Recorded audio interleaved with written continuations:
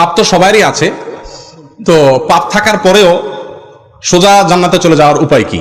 এটার উপায় হলো অটো পাস। এই যে করোনা ভাইরাসের কারণে স্কুলে ছেলেদেরকে মেয়েদেরকে আমাদের শিক্ষার্থীদেরকে অটো পাস করে দেওয়া হয়েছে না? তো আল্লাহ যদি এরকম অটো পাস টাস করে দেয় তাহলে একটা সুযোগ পাওয়া যেতে পারে। কিন্তু ভাইরা আমার, আল্লাহর কাছ থেকে অটো পাসের জন্য মৌলিকভাবে দুটি শর্ত। এক, শিরক মুক্ত ঈমান থাকতে হবে। যদি ঈমানের মধ্যে শিরক থাকে তাহলে সেক্ষেত্রে কোনো অবস্থাতে অটো পাসের কোনো সুযোগ নাই। আল্লাহ রাব্বুল আলামিনের কাছে অটো পাস পেতে হলে যেই কাজটি করতে হবে তা হলো শিরক মুক্ত থাকতে হবে। শিরক করে যদি কেউ মারা যায়, আল্লাহ তাআলা আগাম ঘোষণা দিয়েছেন সে অটো পাসটা হবে না, সে সোজা কোথায় যাবে?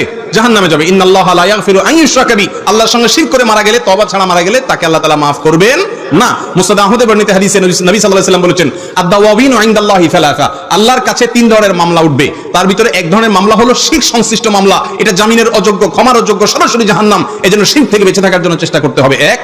দ্বিতীয় হলো বান্দার হক নষ্ট করা যাবে না। ওই যে আজকে 4টা পয়েন্ট বলেছি, 2টা পয়েন্ট এর মধ্যে চলে আসছে। দেখেন, বান্দার হক নষ্ট করা যাবে না। মানুষের অধিকার যদি নষ্ট করেন, কিয়ামতের দিন আল্লাহ নিজেও বলবেন যে এই মামলা আমি নিষ্পত্তি করব না।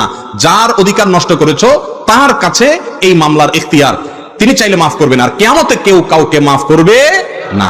নিজের বাবাও ছেলে মেয়েকে মাফ করবে না। ইয়াউমা ইয়াফিরুল মারউ মিন আখিহি ওয়া উম্মিহি ওয়া আবিহি। এজন্য ভাইরা আমার, যদি গুনাহ করেও সোজা জান্নাতে যেতে চান, এক, শিরক থেকে বেঁচে থাকবেন।